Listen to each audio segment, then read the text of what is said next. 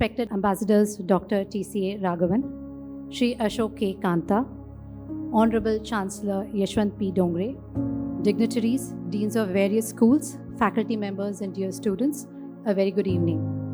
On behalf of the Subhas Chandra Bose Chair of International Relations, Chanakya University, I extend a warm welcome to today's inaugural Subhas Chandra Bose Memorial Lecture on Reflections from Netaji's Legacy, South Asia in Asia Today. Ambassador TCA Raghavan will take us through the ideas that Netaji advocated towards realizing Asia's unity and how these ideas underwent disruptions due to Asia's geopolitics and ultimately led to its disunity. Today's discourse is premised to understand from the historical context and what lessons we take from Netaji's philosophy to understand current challenges. We commence today's program with the Chanakya anthem, and I request all of you to kindly rise.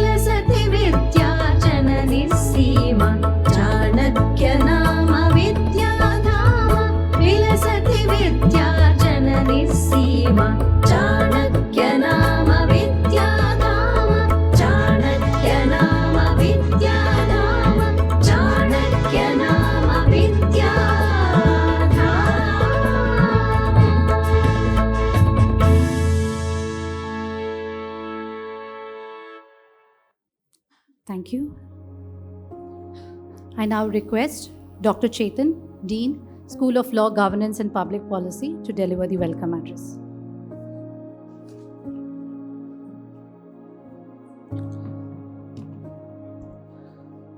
Namaste to all of you. Welcome to this memorial lecture that we are inaugurating today in the name of Subhas Chandra Bose.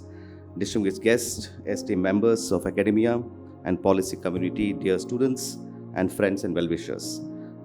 It is my privilege to welcome you all on behalf of the Subhas Chandra Bose Chair on International Relations at Chanakya University to today's talk. The establishment of Subhas Chandra Bose Chair is both symbolic and substantive in its mission. Symbolic because it invokes the enduring legacy of Subhas Chandra Bose, whose vision of India was deeply international, strategic, and rooted in civilizational confidence. Substantive because the chair seeks to advance rigorous scholarship, informed debate, and policy engagement in the domain of international relations at a time when global politics are undergoing profound transformation. Today's public talk continues that mission. We are deeply honored to have with us Ambassador Dr. TCA Raghavan, whose experience and scholarship enrich our understanding of the theme under discussion. We are looking forward to your lectures, sir, and we are keen to learn from your insights, and both from experiential as well as the expertise, how you put together them into evidence and deliver to us. So with this, I welcome again all of you for this lecture, and we look forward for a great learning endeavor and experience as well as insights that we can carry forward. Thank you. Thank you, sir. I take this opportunity to introduce our speaker of the day, Ambassador Dr. TCA Raghavan. Sir holds a PhD from Jawaharlal Nehru University. He is the former Indian High Commissioner to Pakistan. He has earlier served in various capacities, such as the Deputy High Commissioner of Pakistan and Singapore. He was a Director General of the Indian Council of World Affairs, New Delhi, and served in various capacities in the Ministry of External Affairs, Ministry of Commerce, and Ministry of Finance. He has held various roles in the Indian embassies and high commissions of UK, Kuwait, and Bhutan. He is a member of the Governing Council of the Institute of Peace and Conflict Studies, New Delhi, adjunct professor, School of Conflict and Security Studies, National Institute of Advanced Studies, Bangalore, and visiting professor, Center for South Asian Studies, School of International Studies, and Jawaharlal Nehru University. He is the recipient of the Jadunath Sarkar Gold Medal in 2024, which is awarded by the Asiatic Society, Calcutta. Sir is the author of several well-received books such as Attendant Lords, Bairam Khan and Abdur Rahim, Courtiers and Poets in Mughal India, for which he is awarded the Muhammad Habib Memorial Prize by the Indian History Congress. The People Next Door, The Curious History of India's Relations with Pakistan, History Men, Jadunath Sarkar, G.S. Sardesai, Raghubir Sin, and Their Quest for India's Past. Sapru House, A Story of Institution Building in World Affairs. His latest book was released last year, which is titled Circles of Freedom, Friendship, Love and Loyalty in the Indian National Struggle. We are very happy to have him with us today. I now request Ambassador Ashok K. Kanta to set the context and speak about his affiliation with Ambassador Dr. TCA Raghavan.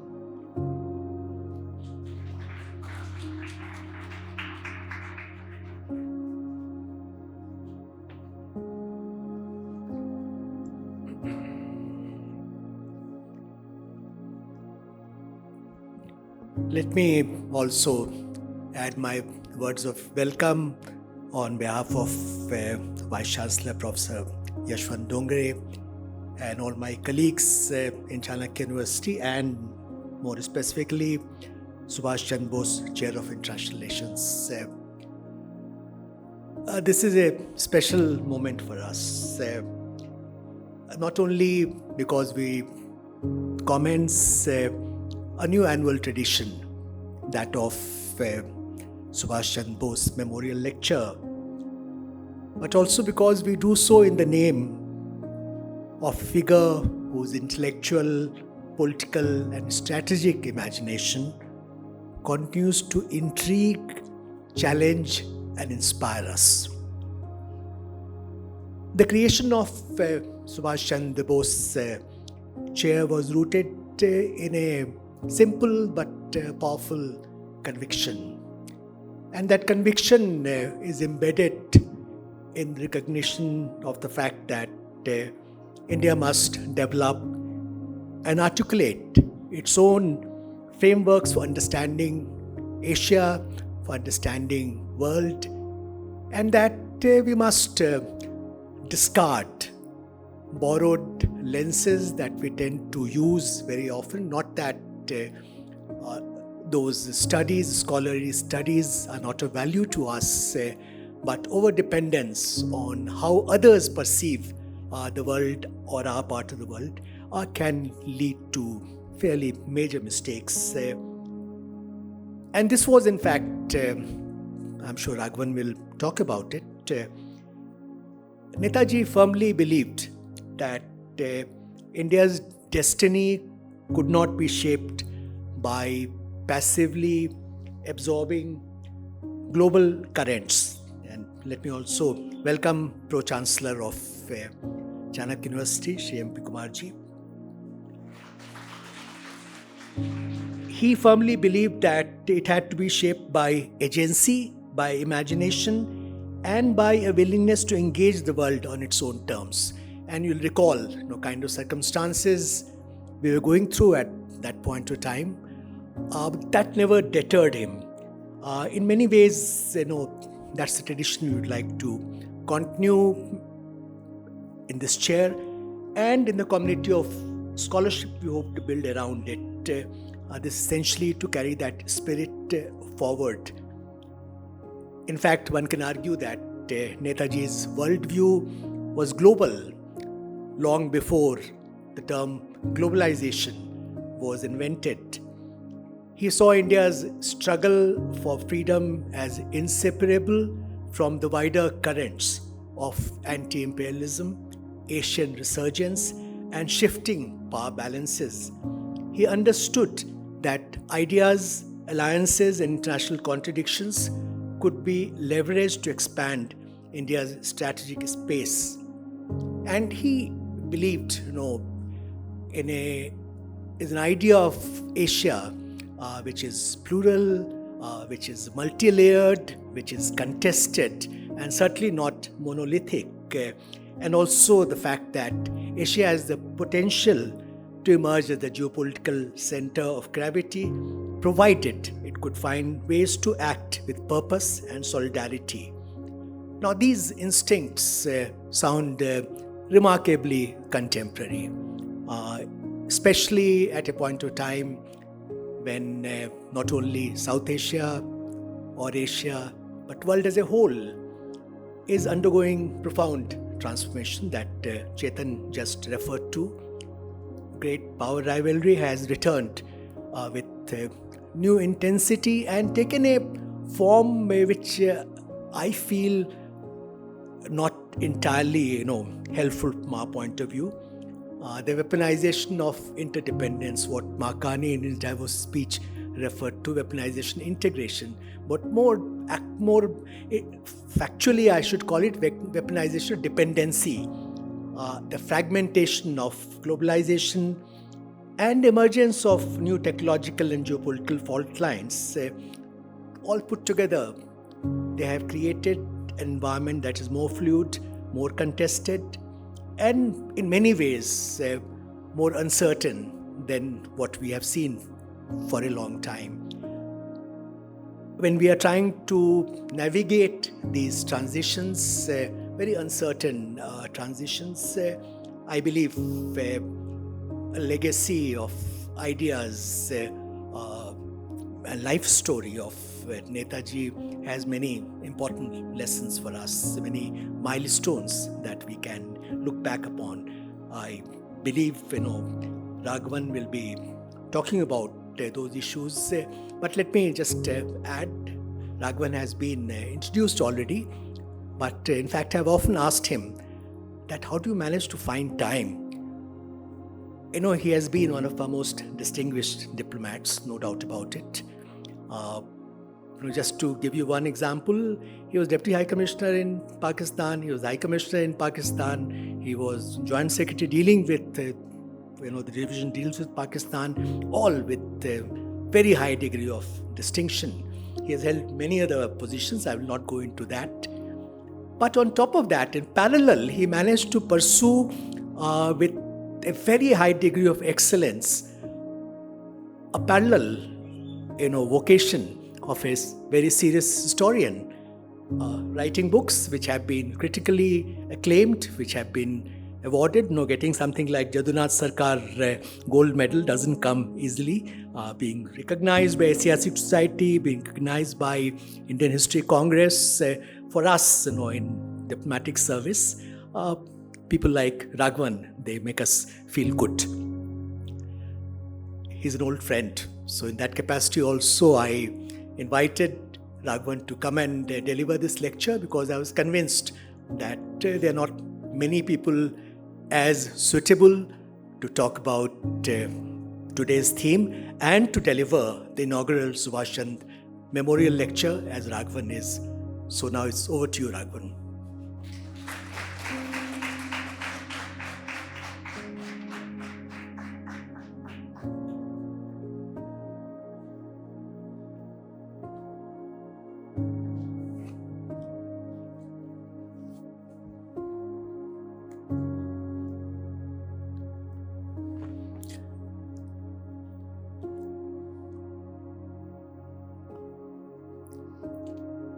I'm just noting the time when I've started because one tends to forget, and I don't want to speak for too long because this is a subject one could go on for a very long time indeed. Honorable Vice Chancellor, Chanakya University, Shri Yashwant Donge, Honorable Pro Vice Chancellor, Ambassador Ashok Kant, Subhas Chandra Bose, Chair in Chanakya University, Dr. Chetan Singhai, Dean, faculty members, ladies and gentlemen. First of all, may I thank the Chanakya University and of course the President and Office Bearers of the Alliance Française. Thank you very much for inviting me, but may I begin by first thanking the Chanakya University for inviting me here today, and in particular thanking Ambassador Ashok Kant, who is an old colleague and an old, highly respected colleague and friend. I feel greatly privileged at being asked to deliver this inaugural lecture, and by so doing, being given this opportunity to explore the contemporary relevance and legacy of an individual whose life and afterlife has so dominated our national discourse for such a long period of time. Now, much of this doesn't require any great explanation because all of us have a basic familiarity with Netaji Subhas Chandra Bose's life and also some knowledge about the different aspects of the drama of his life, his deep sense of nationalism and national service, and also his very great contribution to the evolution of our own public life and national standards. But I am very grateful to Ambassador Ashok Kant for giving me this opportunity to deliver the first lecture in this series, because it gave me an opportunity to reflect a little more about my own tenure in Singapore, where I had the opportunity to think a little bit about Netaji's interface with the national movement, but also with the wider world. My tenure as Indian High Commissioner in Singapore was about a decade and a half ago, but I now realize that it gave an opportunity and it was a useful perch to think about Netaji from a slightly different perspective and thereby extract from that certain lessons about his contemporary relevance and legacy today. I found in Singapore many memories of Netaji if one cared to look. For instance, the Cathay Theatre, where he had made his first public appearance in early July 1943, and where later, on 21st October 1943, he announced the formation of a provisional government of Free India. The Padang, or the Maidan as we call it in India, where he gave the INA or the Azad Hind Fauj their famous slogan and battle cry of Delhi Chalo. The Ramakrishna Mission, where he often mediated, the different houses he lived in, and of course there are many such other memories and sites associated with Netaji. Now, before I go a little deeper into this, I do also want to say that Netaji's life has a compelling quality to it because there's always a counterfactual or what if associated with him. That what if his life had taken a slightly different course, and that makes his life story that much more interesting and compelling for us today. In addition, that period between 1940 and 1945 is one of tremendous geopolitical and political churn. You see, for those of you who would like to be reminded about that history of that period, you see, the World War began in September 1939, and the Indian national movement was essentially trying to come to terms with what is the position we should take in this struggle between Western democracies and Germany, or between England and France on the one hand and Germany on the other. In 1942, Mahatma Gandhi gave the famous Quit India call, but by then Netaji had already escaped from jail, gone via Afghanistan to Germany, and he was there for some time, and then decided to go from Germany to Japan.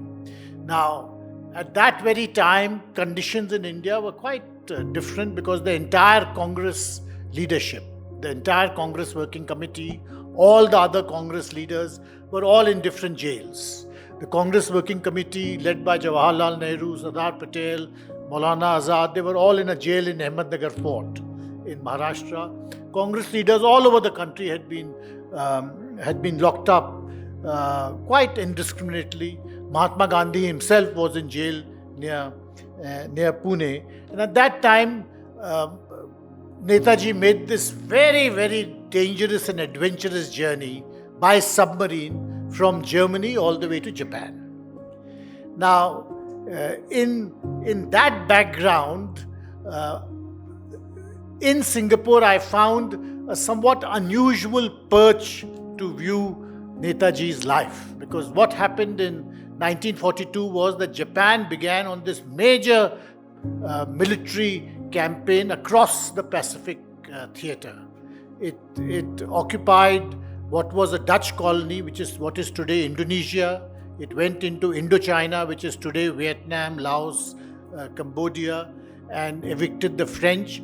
And finally, it moved into Malaya, which is Singapore, today's Malaysia, parts of Burma, and evicted the British. So, three major European imperialisms, which is the French, the British, and the Dutch, were defeated by the Japanese in a matter of months. And it was at that precise time that Netaji had also reached Japan to start to see as to what he could do to use this particular geopolitical moment to advance the cause of Indian nationalism. So this is by way of background. In Singapore itself, as I was mentioning, there are many markers associated with Netaji. Particularly poignant is a site on the coast where a memorial to the INA had been constructed in 1945. This is just before Japan's final defeat and before Netaji himself left Singapore and then was killed in the air crash. But before he left, he ordered a memorial to the INA be built, and on it were inscribed the words Ittihad, which means unity, Etamad, which means faith, and Qurbani, which means sacrifice. When the British retook Singapore, one of their first acts was to destroy that monument. And now you have a small marker which is put up as a memorial to that original monument which had been constructed there. In Singapore, I recall being invited in February 2010 to attend a special screening at the Cathay Theatre. What made this evening unusual was not that the film being screened was a new one, but the occasion was nevertheless a very special one. The then President of Singapore, S.R. Nathan, who died in 2016, was the guest of honor, and the audience included those who had served in the Indian National Army or their descendants, many admirers of Netaji, their family members, their grandchildren. The screening was of Shyam Benegal's 2004 film, Bose, the Forgotten Hero. I recall finding many in the audience at the end of the film in tears.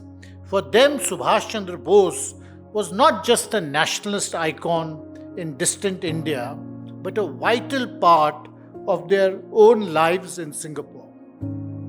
Now, I was not entirely surprised by this reaction. I had arrived in Singapore a few months earlier, and since my arrival, I had received many visitors who would make it a point to come to the Indian High Commission and meet the High Commissioner and show them some link with the INA. Now, this could be a photograph of a parent or a grandparent in INA uniform.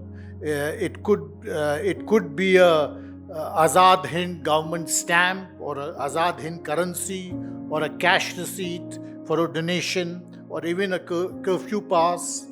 There were some remnants of old uniforms, a cap or a badge, or in some rare cases, a letter or a brief note signed by Netaji himself. So I was constantly being confronted, and I'm sure Ashok Kant would have had the same experience in Malaysia. I was constantly confronted by the somewhat unusual fact that for so many Indians who had been living in Singapore for 6-7 generations, this preserving of memories associating their families with Netaji and the INA was so important. And clearly they saw it as something more than the Indian national struggle itself, because they were people who had left India. Many of them were people who had left India in the 1850s, 1860s. They had been in Singapore for a number of years. Their connection with India, except in a cultural sense, had become somewhat remote. So this question always came to me, that why did they see this association with the INA and Netaji as being part of their distinctive Singapore identity and legacy? I often wondered what the INA and Subhas Chandra Bose had to do with modern Singaporean identity of so many people of Indian origin. Now, the then president of Singapore, Mr. S.R. Nathan, he himself had been a INA supporter, a great admirer of Netaji. He had heard Netaji speak at the Padang and had become almost overnight a convert and a very, very strong supporter of the INA. I asked him this question, that, why is he so relevant to people in Singapore? Because you're otherwise quite distant from India. It's a separate universe almost. To answer my question, he explained to me that Subhas Chandra Bose had a distinctive legacy for Singapore Indians. His role in the Indian national movement, his escape from custody in India and then travel through Afghanistan to Germany, thereafter the daring and perilous submarine journey to reach Japan, his arrival in Singapore, the establishment of a provisional free government of India, all these events were the stuff of legend even as they occurred, and were milestones for the Indian national movement. Yet for many Singaporean admirers of Netaji, his role in Singapore was much more than a sense of pride in India's historic freedom struggle. In Singapore, or Malaya as that region was then called, Netaji's inspiration had empowered hitherto subservient Indians, the bulk of whom worked under very poor conditions in plantations. He gave them a sense of their own worth and self-esteem, and as their self-confidence grew, both men and women joined the INA in significant numbers, but that became a stepping stone for their much more active participation in public life in Singapore and Malaya. Thus, in President Nathan's view, Netaji had a dual role and contribution. The first was the obvious one, whereby Southeast Asia also became a front in the Indian national struggle. The second was more subtle and had the greater relevance for Indians in Malaya and Singapore. His message and presence cut across linguistic, caste, and religious differences and gave them a sense of themselves as part of a larger community with their own inherent dignity and worth. These persons were, as I said earlier, many of them were the most underprivileged and deprived sections, many just plantation workers whose ancestors had been drafted as indentured labor. the INA elevated them in their own esteem and empowered them correspondingly. It was this exposure and early politicization that made S.R. Nathan and many like him into lifelong admirers and led many families to cherish their ancestors' association with Netaji and the INA. Now, I must tell you that Netaji Subhas Chandra Bose's legacy in Singapore is not uncontested. The Japanese, when they occupied Singapore, and it was largely under the Japanese umbrella that the INA had been set up, they had treated the Chinese population of Singapore, and Singapore is primarily a ethnic Chinese island.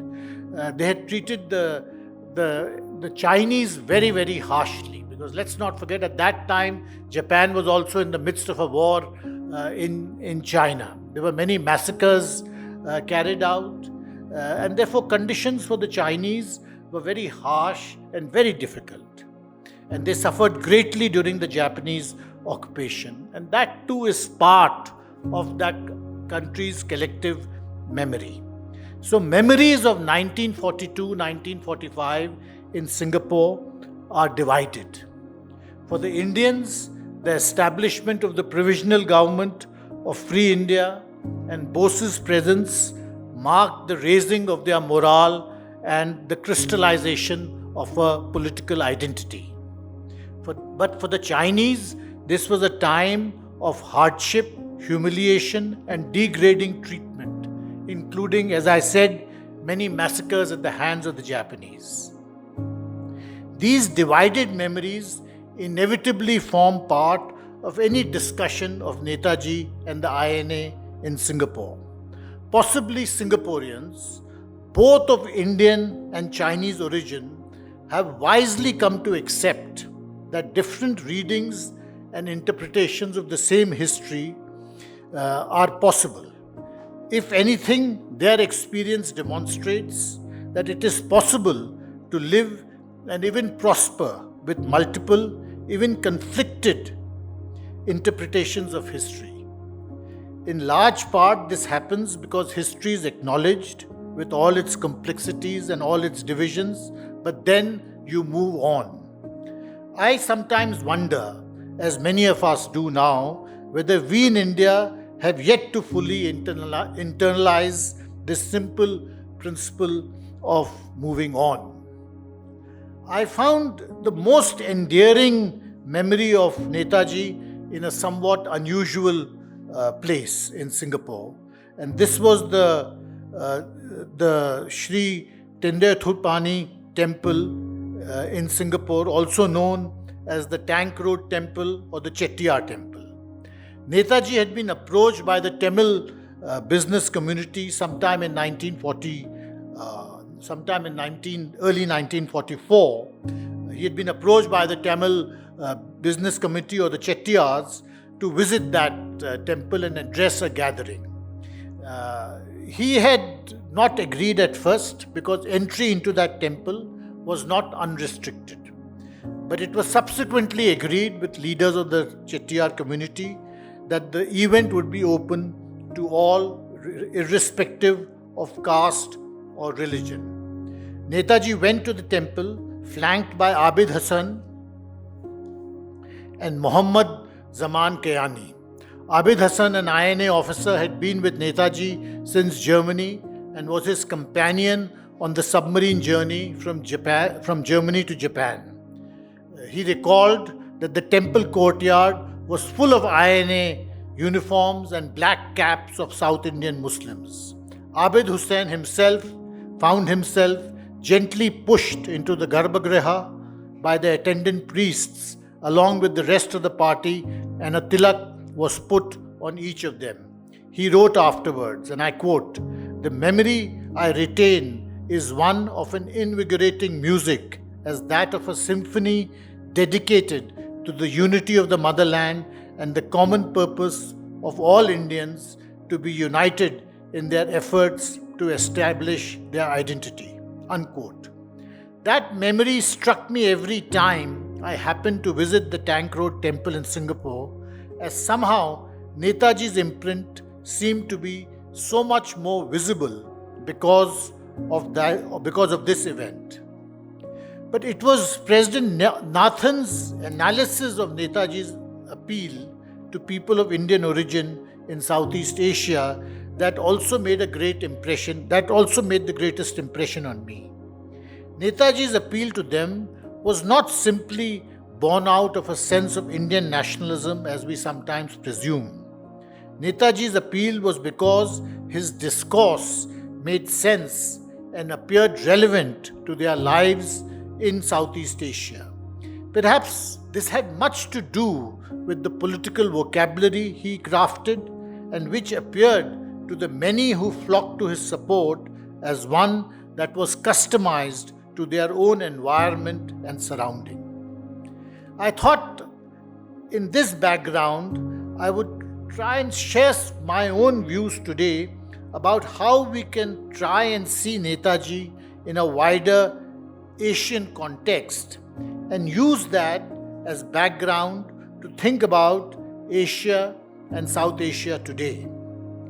More than anyone else in India in the first half of the last century, and especially in terms of political leaders in the Indian national movement, more than anyone else, Netaji's actions embedded India's national movement in a wider Asian arena and in a new and emergent Asian geopolitics. And this was something Ambassador Ashok Kant also mentioned. While there was certainly force of circumstance and political calculation at play in his journey from Germany to Japan, nevertheless, there was also the fact that the journey was not into uncharted territory. We get a glimpse of this as Subhas Chandra Bose transferred from a German to a Japanese submarine on 28 April 1943. His colleague Abid Hussain wrote later that both he and Netaji had the feeling of, quote, something akin to a homecoming, unquote. He explained that while the Germans had been very friendly, very courteous, but, quote, we did feel now that we had come home to an Asian nation, unquote. This encounter with a sense of Asia should not surprise us. As I mentioned earlier, Japan's rapid military successes in Indochina, in Java, and in Malaya meant that French, Dutch, and most of all British imperialism were now in retreat across a large part of Asia. Nationalist movements in the entire region were now encountering a new environment, and the idea of Asia pushing back against Europe appeared to have a new traction. Yet it is useful to recall the older antecedents in India of this idea of Asia. As far back as 1883, the social reformer Keshav Chandra Sen was a very well-known social reformer in Bengal, had spoken up for the idea of Asia in the following terms, quote, they say Asia is a wild woman full of impurity and uncleanness, unquote. Keshav Chandra Sen was both a defense of Asia as simultaneously a critique of Europe. Quote, for all the good that Europe has done, we in Asia feel profoundly grateful. But Europe, you hold in one hand life and in another death. Your civilization has proved a blessing, but inasmuch as it utterly exterminates our nationality and seeks to destroy and Europeanize all that is in the East, it is a curse, unquote. We also find this sense of Asia expressing itself even more strongly in 1905. Amidst the nationalist ferment over the division of Bengal, this was the division of the Curzon's decision to partition Bengal into East and West, two separate provinces. Amidst the nationalist ferment against the division of Bengal came the news of Japan inflicting a major naval defeat on Russia. This focused the attention of many on a larger geopolitics and a larger geography. And for instance, the future historian Kalidas Nag, and Kalidas Nag was a well-known historian till in the 1930s, 1940s. He recalled that as a young schoolboy in Calcutta in 1904, 1905, quote, simultaneously we began to follow news of a big war between Russia and Japan. Our teachers suddenly began to pay more attention to maps and geography, and we began to find their lessons interesting. We were surprised to discover on the map that such a tiny dot of an island could have challenged a gigantic country like Russia.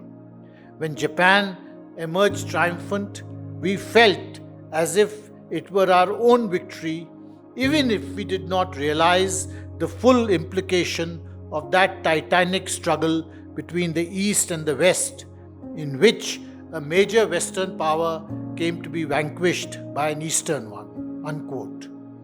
About a decade and a half later after this, in the early 1920s, Netaji's political mentor, Chittaranjan Das, had again evoked the idea of Asia in his presidential address to the Gaya session of the Indian National Congress in 1922 by talking about the participation of India in what he called, quote, an Asiatic federation, unquote, and of a great federation of all Asiatic people. There is also the very well known instance of how Rabindranath Tagore, through his travels and his writings, imparted to many in India a vision of an Asian family and of Asian universalism.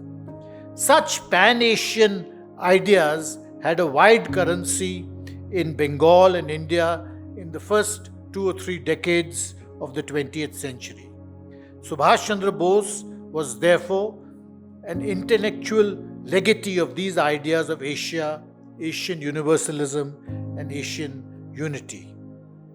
As I noted earlier, Subhas Chandra Bose, more than any other political figure in his lifetime, transformed these intellectual concepts into something much more concrete in political terms.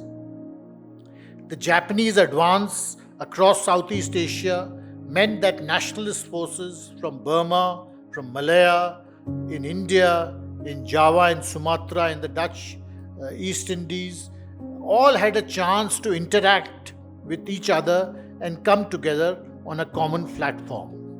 It is not surprising that in later years, Netaji Subhash Chandra Bose in India, General Aung San in Burma, or Suharto in Indonesia would invariably be portrayed in a negative light as being collaborators with fascism by the former colonial powers.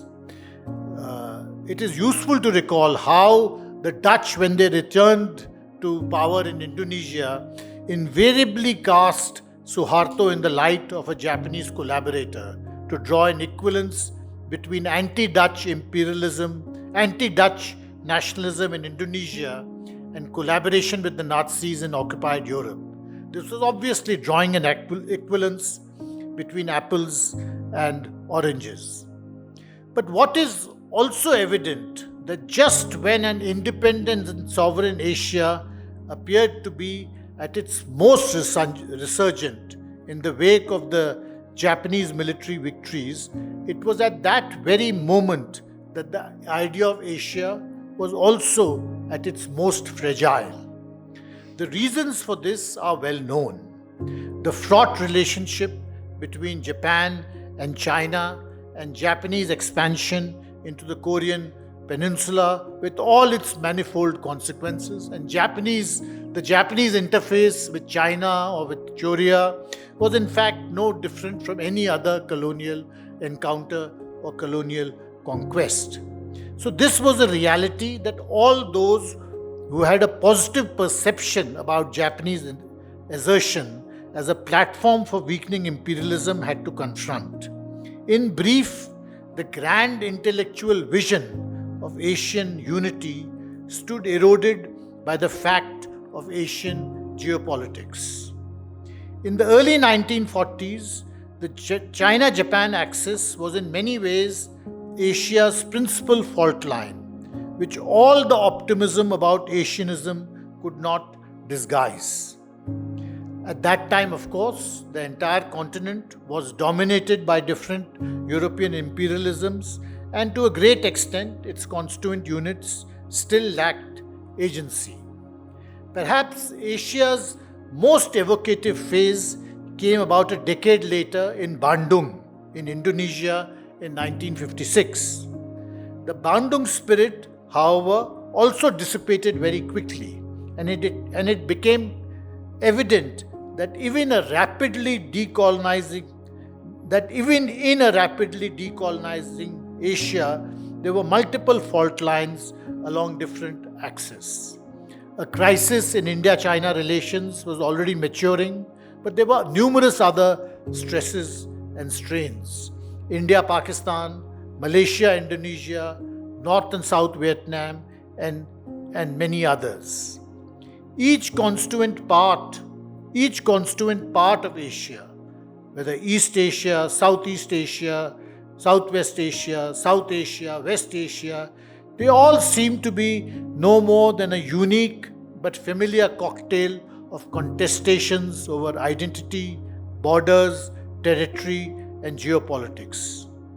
Each of these regions appeared as a microcosm of Asia itself in terms of unrealized potential. It is not therefore surprising how quickly the spirit of Bandung evaporated.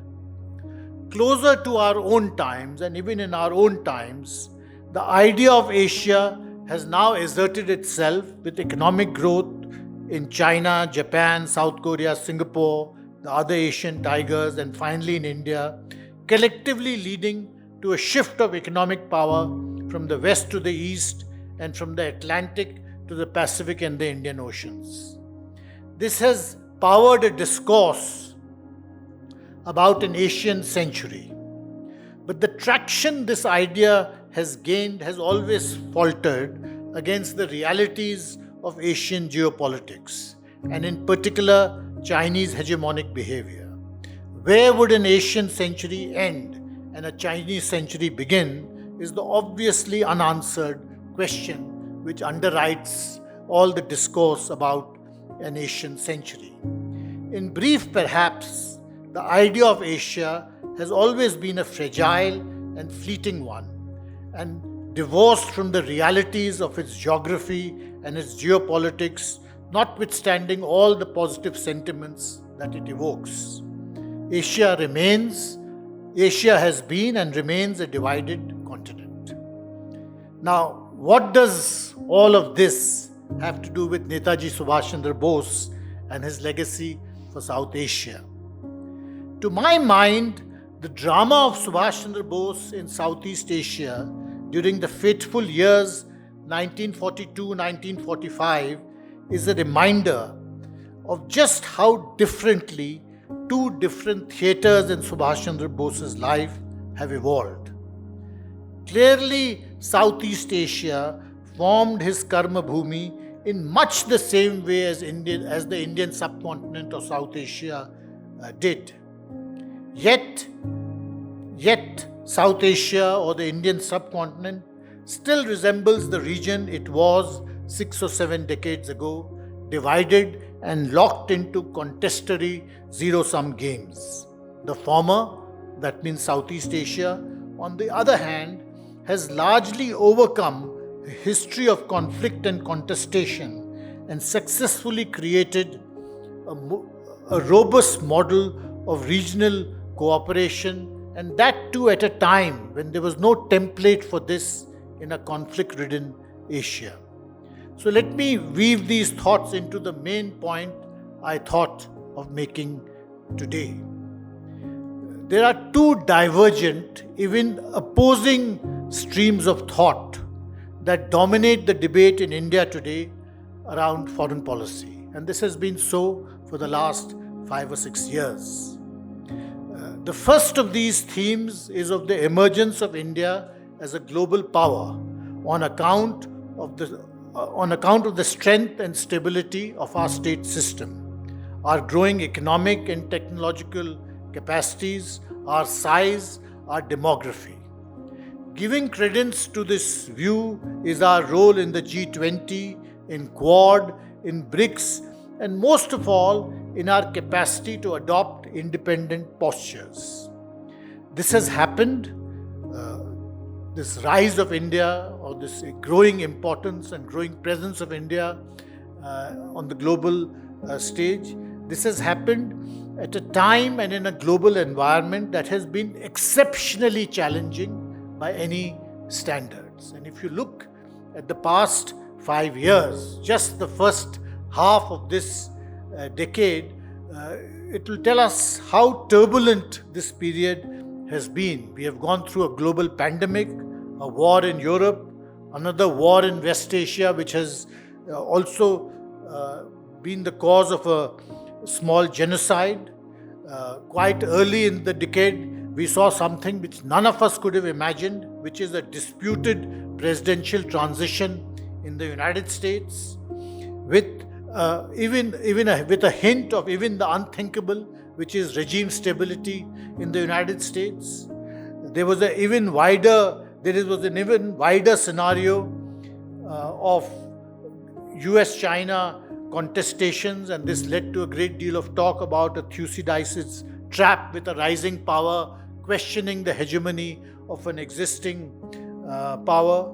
Alongside all this, there is a disruptive, even erratic, ongoing US presidency, which has focused minds on the fragility of alliances and concerts that were otherwise believed to be resilient and enduring. And of course, all this is embedded in a wider ecosystem of rapid, even breathless technological change and scientific advance. One big change, for instance, which certainly we can date to this period, is the position which China has carved for itself, not just as a manufacturing power or a military power, but as a leader in science and technology. And there are many examples of this. Put together, this rapid technological change, the various political and geopolitical changes I mentioned, all this means that a new vocabulary is required and is being crafted, in the absence of which we cannot possibly navigate this new geopolitics which engulfs us. There is a near consensus that the constituents of this new vocabulary are supply chains, technology, artificial intelligence, data and data sovereignty, critical minerals resilience, chips, the Arctic routes, the poles, outer space, etc., etc. These are the new terminologies and the new fault lines, the new emergent realities whose traction we cannot deny. Alongside these new terminologies and new vocabularies is also a new cognitive domain about how future geopolitics will play out. Thus, meta-narratives such as strategic autonomy or multi-alignments now receive a great deal of attention, and really the validity of all of this cannot be denied. And this is all part of what I said is the first view about the rise of India and how we have to equip ourselves differently to deal with the complex realities which we confront today. But there is a second view, and there I say a minority view, and which is that this first perspective is somewhat of a chimera. Far from being in a geopolitical sweet spot, we are in the midst of an extremely difficult neighborhood and regional situation. An expanded international and global profile may cloak this reality. And to the extent that it cloaks that reality, it encourages an illusion, even a delusion. But that makes us overlook grave dangers and mounting challenges in our own immediate vicinity. Now, my intention is not to go into this debate or the merits and demerits of these different views, but I put these two views forward to provide a context and a background as I share some thoughts on the neighborhood situation, beginning with the elementary proposition that we cannot graduate out of our neighborhood. And if we cannot graduate out of our neighborhood, then our neighbors merit constant attention. Relations with immediate neighbors are at the heart of any country's foreign policy. They collectively comprise the sanctum sanctorum of any foreign office. It is undeniable that India's neighborhood is exceptionally challenging. Crafting policy is difficult, and it is often a thankless task of balancing foreign policy with domestic political imperatives. There are no easy templates to follow, and by way of illustration, I can point to what is happening in Bangladesh or what is happening in Pakistan, the civic insurrections that swept away governments in Sri Lanka, in Bangladesh, in Nepal, and these resemble somewhat the situation in Europe in 1848 or Tsarist Russia in 1917 or even the Arab Spring a few years ago. No one can predict today, for instance, where the elections, the ongoing elections in Bangladesh and Nepal, or what took place a little earlier in Myanmar, will take this country. So on a larger scale, if we again look at the past 5 years, just as we looked at the 5 years in the global scale, if we look at the past 5 years in our immediate neighborhood, in virtually every country in South Asia, there has been major domestic crisis. And this major domestic crisis has also intersected in a crisis in principal bilateral relationships. Myanmar, Afghanistan, Pakistan, Sri Lanka, Nepal, Bangladesh. And each of these country crises has been accompanied by major bilateral relations coming under strain, for instance, between Pakistan and Afghanistan, Pakistan and Iran, Bangladesh and Myanmar, Bangladesh and India, etc., etc. Alongside this crisis in bilateralism and domestic bilateral crisis, there is an evident loss of momentum in South Asian regionalism and a general retreat from the idea of regional cooperation. To put it somewhat bluntly, at no point in the past quarter century, perhaps even longer, has the narrative of regional cooperation been weaker than what it is today in South Asia. SAARC and BIMSTEC provide very obvious examples of this. The last SAARC summit was held over a decade ago in Kathmandu. The 40th anniversary of SAARC in December 2025 passed unnoticed and unheralded in India. And it's well known that SAARC went into a kind of comatose condition because of India-Pakistan differences, and the expectation was that BIMSTEC would come up as a substitute. But because of developments in Bangladesh and Myanmar, BIMSTEC itself is now in a very, very difficult situation, facing various headwinds. Essentially, regionalism in South Asia is now tottering. The narrative around regional cooperation has weakened, and there is a vacuum emerging around this concept. A vacuum inevitably means that there is potential for others to step in to fill it. China, for instance, has already set up a China-South Asia forum. It is still a relatively low-key process, but it is having the germ of a template of a new model for cooperation in South Asia that excludes India. The China factor apart, the crisis in South Asian regionalism is problematic for India for other reasons. A regional narrative enables and facilitates bilateralism.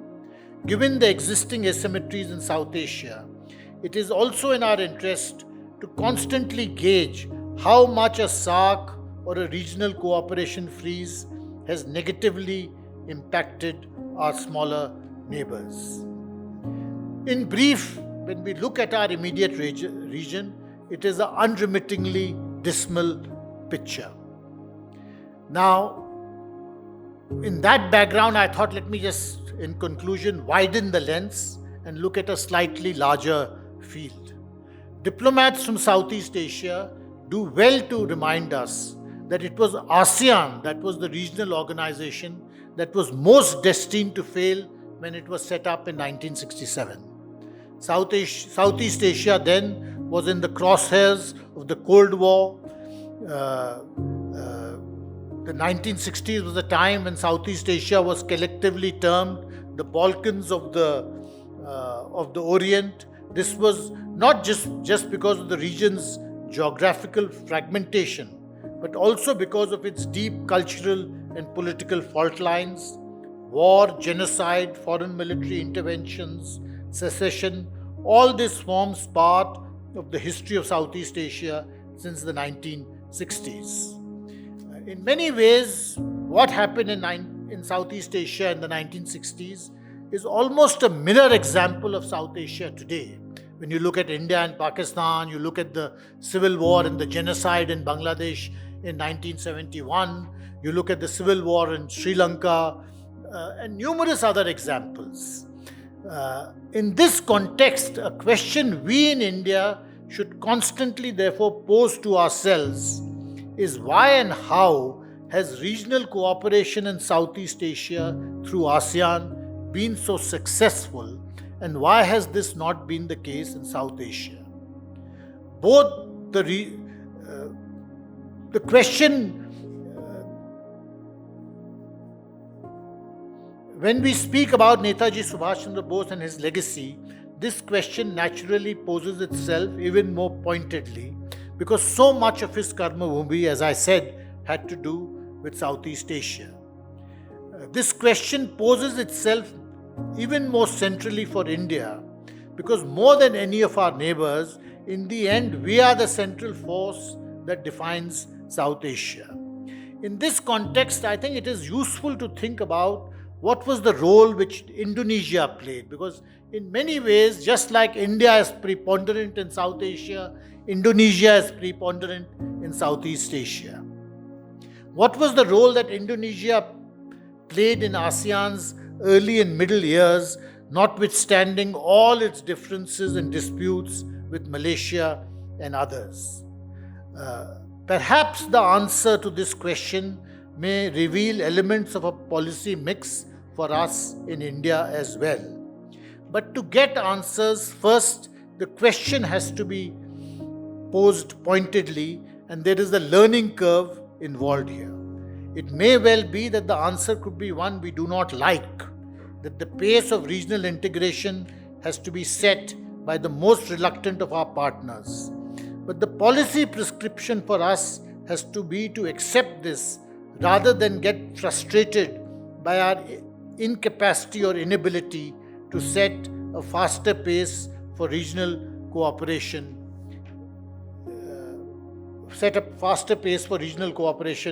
ourselves. The point I wish to emphasize is that meta-narratives fashioned for a larger stage lose meaning when we look at South Asia. What would strategic autonomy or multi-alignment mean in current South Asia? Very little in giving us concrete policy suggestions or policy takeaways. In the past, the meta-narrative of non-alignment similarly had no answers to our numerous neighborhood issues. Similarly, the new vocabulary of supply chains, data, chips, technology influencing geopolitics, all of this loses their relevance when we look at our immediate region because of its huge basket of legacy issues that leap out to us from the past. Territorial conflicts and border disputes, ethnic and religious divides, and finally, rival and conflicting views of history. The vocabulary of geopolitics in South Asia is therefore quite different. It is certainly not the new vocabulary we use elsewhere, and dare I say, it requires an older skill set and mindset to fashion the right tone and to use the right turn of phrase. Perhaps this is where Netaji's legacy comes in, for it may be able to guide us into finding again a more suitable vocabulary that will have a wider appeal, not just in India or even in South Asia, but on a wider canvas.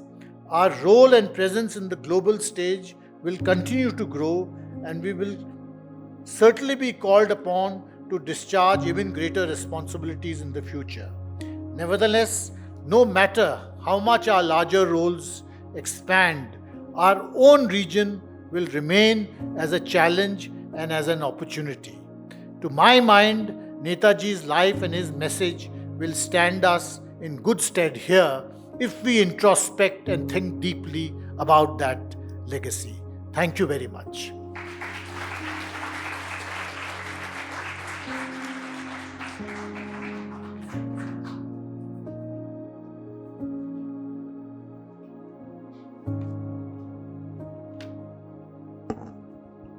Thank you, sir, for the engaging session and impeccable timing. Your thoughts have been very enriching and added to the discourse on Netaji's legacy in building international relations, especially in South Asia's context. Sir, with your permission, we would now like to throw the floor open for questions. Audience, if you have a question, kindly raise your hand. We will provide you with a mic. Please introduce yourself and keep the question very brief. So we have a question.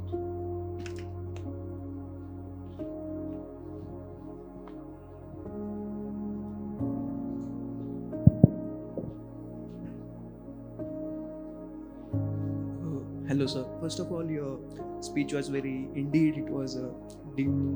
And my question is, as you mentioned, because of the Asian and Quad and AUKUS, all the organizations, they have failed to create this, trade. And so, is this the reason that the hard power is rising in Southeast Asia because of the failure of, the exact motivation behind these organizations like Quad and AUKUS? And talking about the counterfactual that you said, so would India have been like in a different position if we have much more invested into these organizations by the trade angle rather than rising the hard power in the Southeast Asia?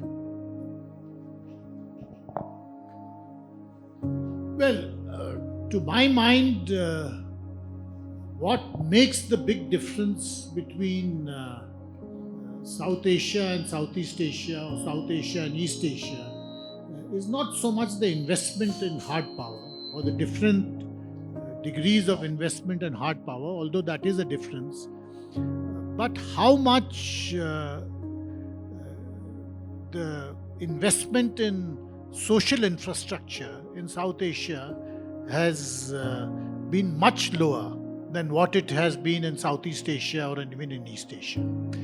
You see, the kind of investments which took place across Southeast Asia and in East Asia in education, for instance, or in health, we don't see comparable investments in India or in the rest of South Asia. And I think that fundamental difference is a significant fact in explaining the different evolutions of these two regions. There are other explanations also, but to my mind, the big contrast is in how differently the social indicators have behaved between these two regions. And because of that, the economic divergences and the economic contrasts between the regional contrast became even more pronounced. So certainly there are other factors: hard power, trade, openness to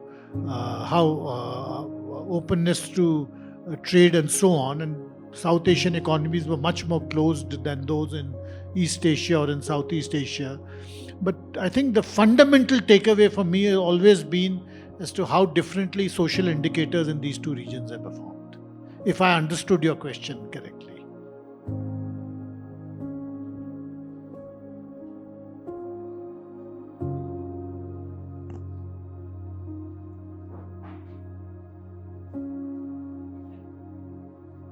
doctor. I'm Divya, studying in second semester BA Pol Science and International Relations, along with pursuing preparation for civil services. My question is, it's a bit of hypothetical, but still, what would be different in legacies of South Asia if Netaji Bose was alive till 1960s? Well, this is the great, counterfactual, that suppose Netaji had not been killed in the air crash, and to my mind, there are any number of possibilities which open up.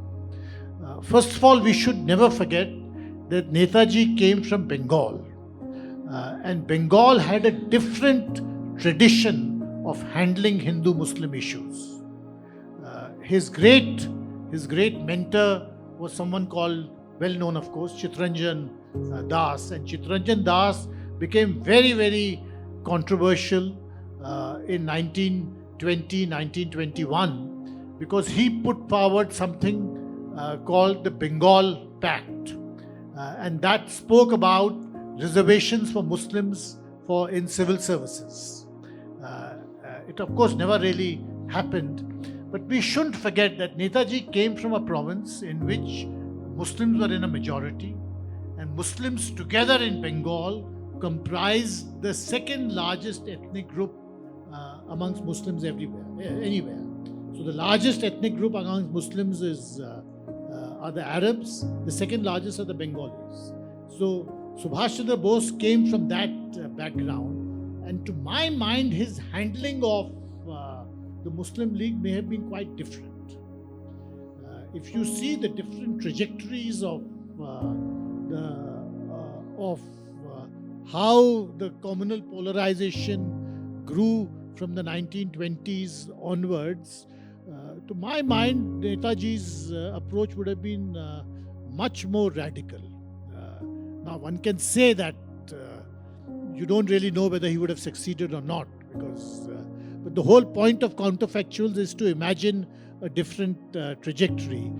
And as I said, the way he handled the INA, the way he handled caste, religious, linguistic differences within the INA, they all suggest that his postures would have been quite different. And we also shouldn't forget that the one point which united Hindus and Muslims in an otherwise totally polarized environment in 1945, 1946, 1947 was the INA trials.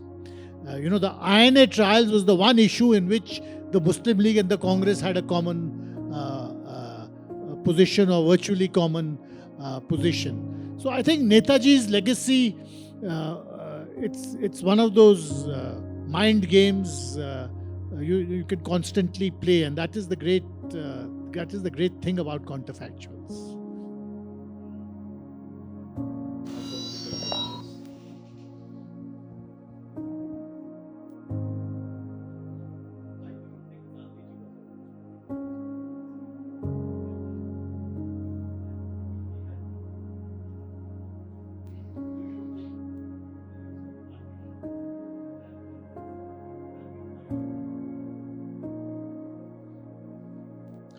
Well, I think, the Congress, like all large organizations, there was always a fair amount of politics in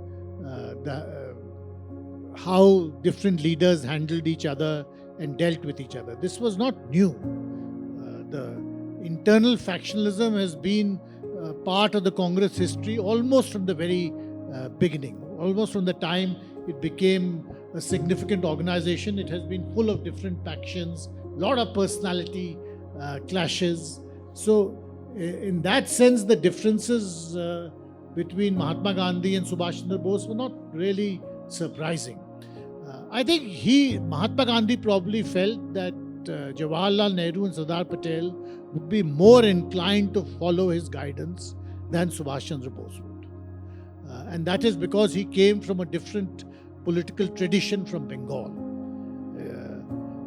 Chittaranjan Das was in a sense an equivalent figure of Mahatma Gandhi. He'd been quite a senior person within the Congress hierarchy itself. So possibly Mahatma Gandhi felt that Subhas Chandra Bose would not be guided by him to the same extent as Sardar Patel or Jawaharlal Nehru would, and therein lay the differences. Would he have handled the issues pertaining to the Muslim League differently? It's very difficult to say. It's possible. But there is evidence, if one looks at it closely, enabling you to argue both sides. That he would have possibly been much more open with the Muslim League. He would have possibly crafted alliances in Bengal which would have not enabled the Muslim League to make inroads in Bengal the way it did, because he was removed from the scene from 1941 onwards. And if he had remained, it's a very good question. But as I said, you can argue it from both points of view. There's sufficient evidence to say that he would have had a radically different posture, but there's also evidence which shows that perhaps he would have, it may not have made that much of a difference. Good evening, sir.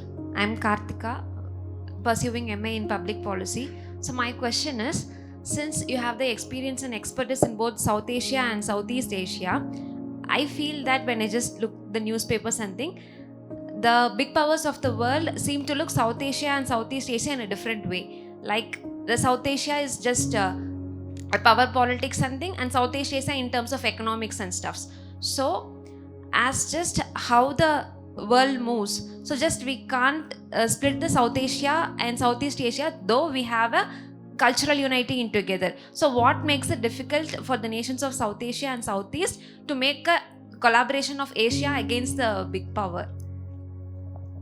Well, you see, Southeast Asia has moved on a substantially different trajectory than South Asia has for now 40-50 years. It's not as if there is no geopolitics in Southeast Asia or that they have forgotten their old political conflicts. Even right now, there's a major conflict ongoing between Thailand and Cambodia.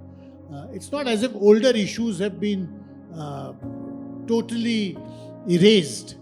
But on the whole, they were able to develop a template for regional cooperation which helped each of their economies to grow very rapidly. And that rapid economic growth transformed the way the world looks at Southeast Asia. And to a great extent, it transformed the way Southeast Asia looks at South Asia. Because, they have moved to a different level of economic development as compared to what we have in South Asia today. The challenges which Southeast Asia face are quite different from the challenges we face, because not all, but most of the countries there have already substantially built the basic infrastructure required. They have been able to achieve to a very great extent the minimum requirements for education, health, human resources development. And those challenges we are still in the midst of trying to find solutions to in South Asia. Not just in India, but in all the countries of South Asia. So the two regions have diverged quite a lot. So when we think about building a common platform, it's not so easy. Because you can build a common platform when you have a common level of development, you have common positions and you have common challenges. But when you have diverged such a lot, then it's not easy to, it doesn't mean that you don't cooperate. And we have very good relations with all the Southeast Asian countries, and we try to, there are a number of agreements and FTAs and so on. But that does not disguise the fact that the two regions are now in different orbits. Thank you, sir. We'll not be able to take any more questions due to paucity of time, or maybe one question. So with your permission, one last question. I see the gentleman raised his hands first, so maybe.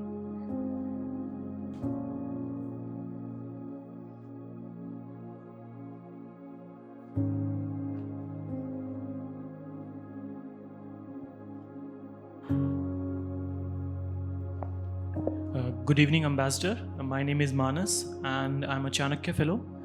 My question to you is that Netaji was a proponent of realpolitik. He was willing to secure national interest by collaborating with any major power, as is evident in the history. So, do you see India's idea of strategic autonomy, or what scholars now call institutional ambidexterity, being able to navigate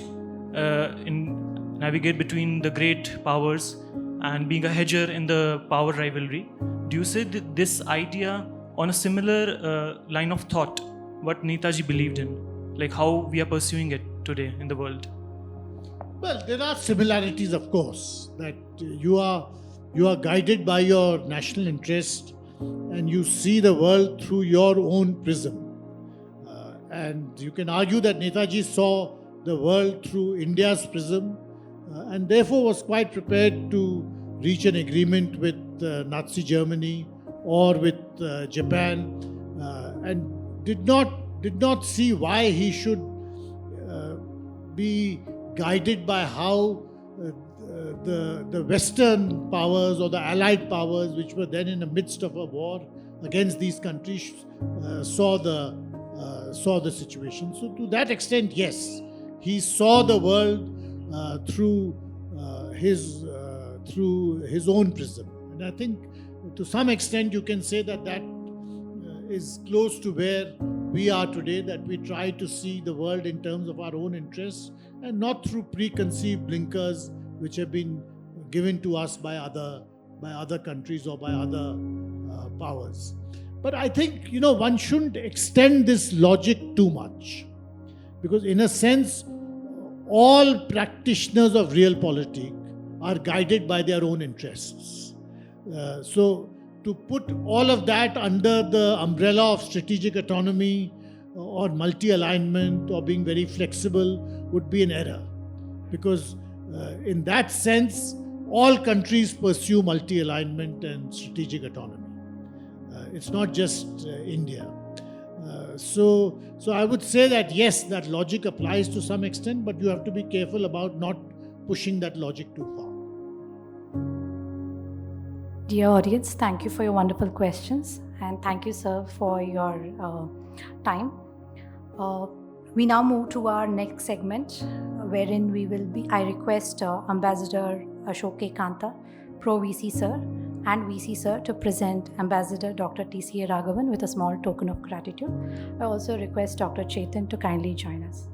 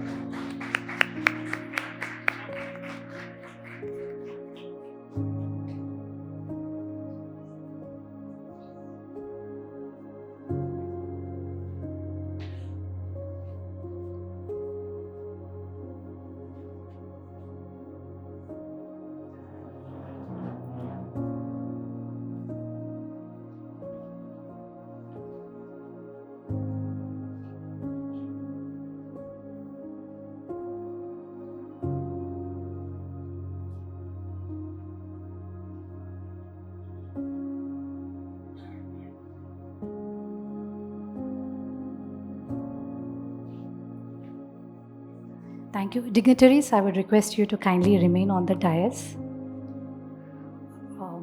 We will be felicitating students of Chanakya University for excelling in various competitions conducted on the occasion of National Youth Day, commemorating Swami Vivekananda's birth anniversary and Subhas Chandra Bose's birth anniversary. So the winners are quiz competition, which is conducted by the Quiz Club. First place goes to Kusuma CM and Manoj Rudrappa.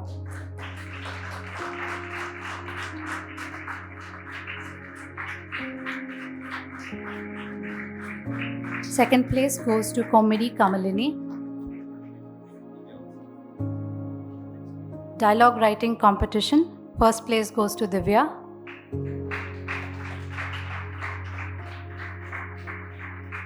Second place, KK Sushma. Third place, Vidushi Kandelwal. Speech competition, which was conducted by Manthan Debate Club. The first place goes to KK Sushma.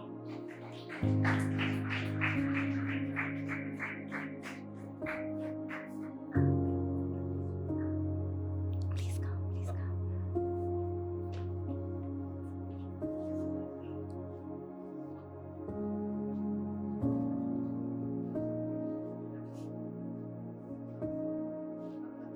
It's okay.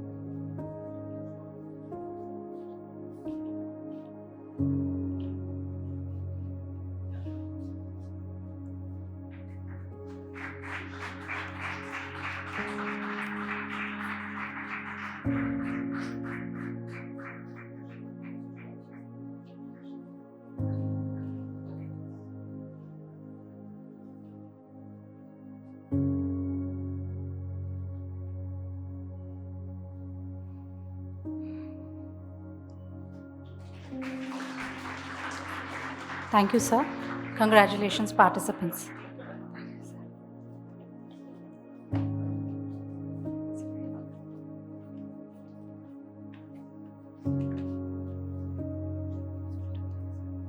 Yeah, Sorry, announce.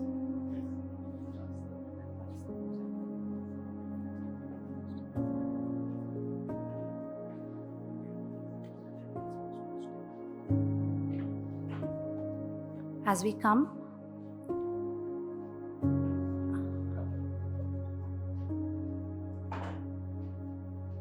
to the end of this program. It's indeed my privilege to deliver the vote of thanks. At the outset, I would like to thank Ambassador Dr. TCA Raghavan for his phenomenal engagement with all of us today. Our sincere thanks are due to Ambassador Ashok K. Kanta, Chair Professor, for guiding us through these distinguished lecture series of public importance.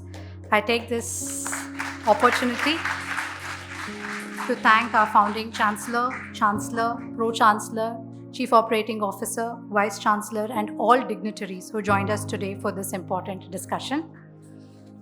Our sincere thanks are due to Alliance Francaise for being our venue partner. We are also thankful to all the faculty members, administrative staff, communications team, transport team, and all the people who are involved with the event coordination, especially Ms. Gargi, Ms. Gauri, and Ms. Kritika, whose efforts ensure the smooth conduct of this program.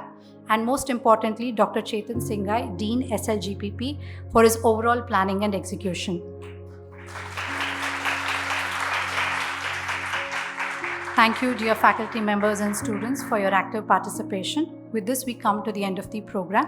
I request all of you to kindly rise for the national anthem.